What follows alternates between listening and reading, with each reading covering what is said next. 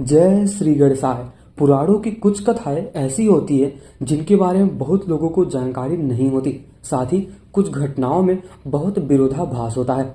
आज जो कथा हम आपको बताने वाले हैं वो कुछ ऐसी ही है। ये कथा उस समय की है, उस घटना की है जब दो महाशक्तियां भगवान श्री गणेश और महाबली हनुमान आपस में टकराते हैं।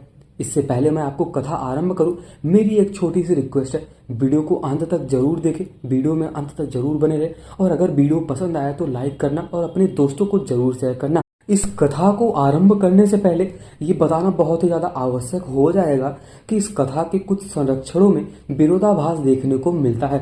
इसका कारण इस कथा के पात्र गजासुर के कारण है। पुराणों में कई गजासुर का वर्णन हमें मिलता है। उनमें से पहला तो वो है जिसमें चर्म का महादेव ने धारण किया था। एक वो है जिसके विषय में हम कथा के बाद में करने वाले हैं। और एक गजासुर तो वो है जिसका मस्तक भगवान श्री गणेश के धड़ पर लगा था। और एक गजासुर वो भी है जिसे गणेश जी के मूषक के रूप में वाहन बनाया गया। पौराणिक कथाओं के अनुसार गजासुर नामक एक असुर था जो महिषासुर का पुत्र माना जाता था।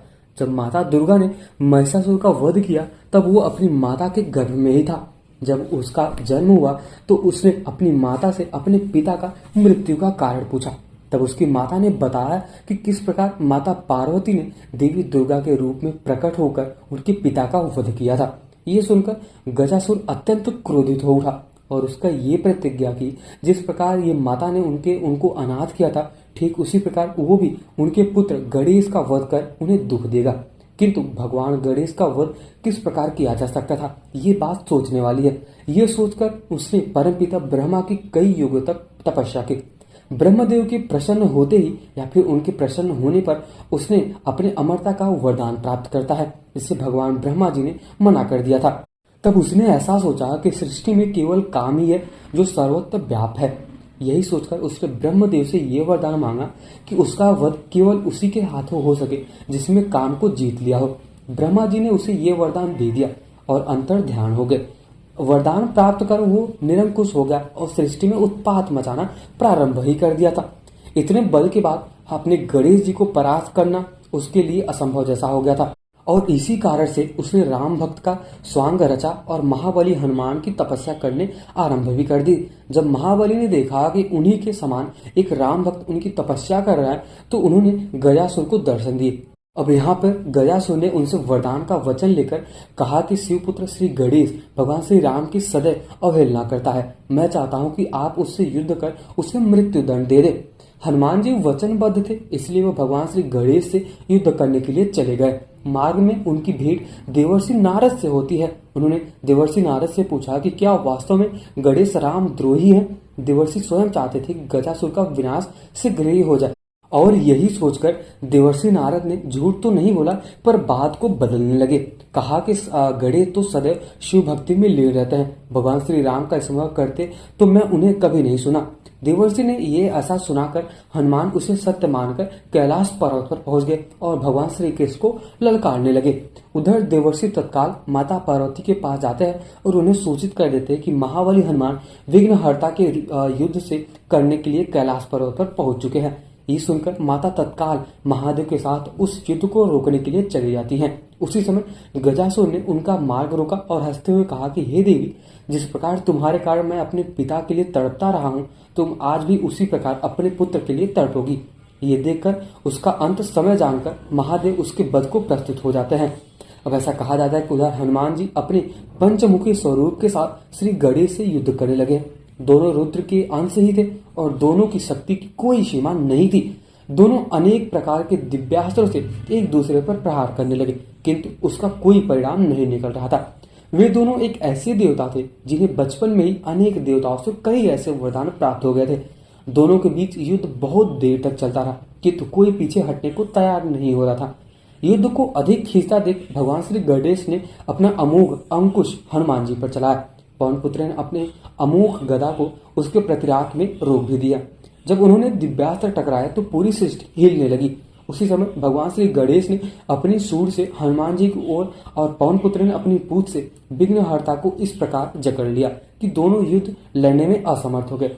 अब ऐसा कहा जाता है कि उधर गजासुर काल के वश में आकर महादेव से टकराया। सृष्टि में महादेव ही ऐसे है जिन्होंने काम को जीता हुआ है। यही ब्रह्मा जी का वरदान भी था। उस असुर का अंत समय निकट आ गया था और इसको देख महादेव ने तत्क्षण अपने त्रिशूल से गजासुर का मस्तक काट गिराया। ठीक इसी प्रकार उस अन्यायी असुर का अंत हो गया।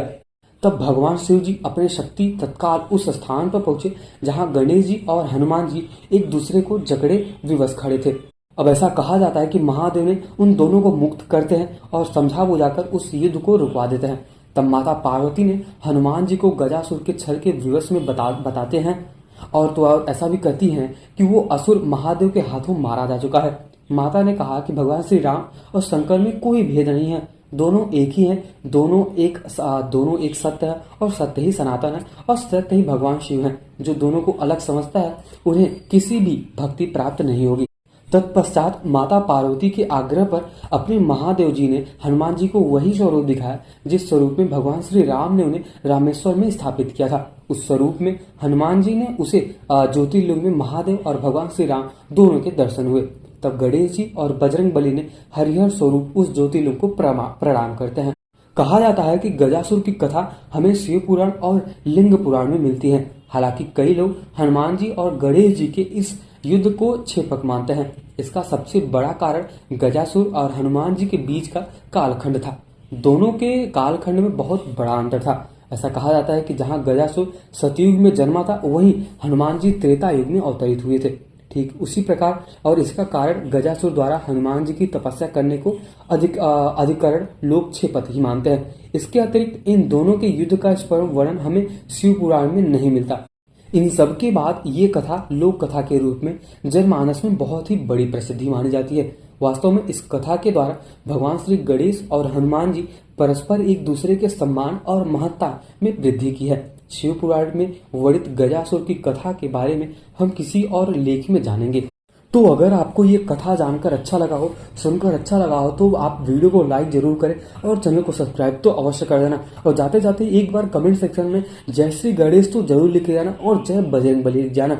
तो अगर आपको ये वीडियो पसंद आया तो अपने दोस्तों को जरूर शेयर करें। मिलते हैं किसी और वीडियो में, तब तक के लिए जय श्री कृष्ण और जय श्री गणेश और जय बजरंग बली की।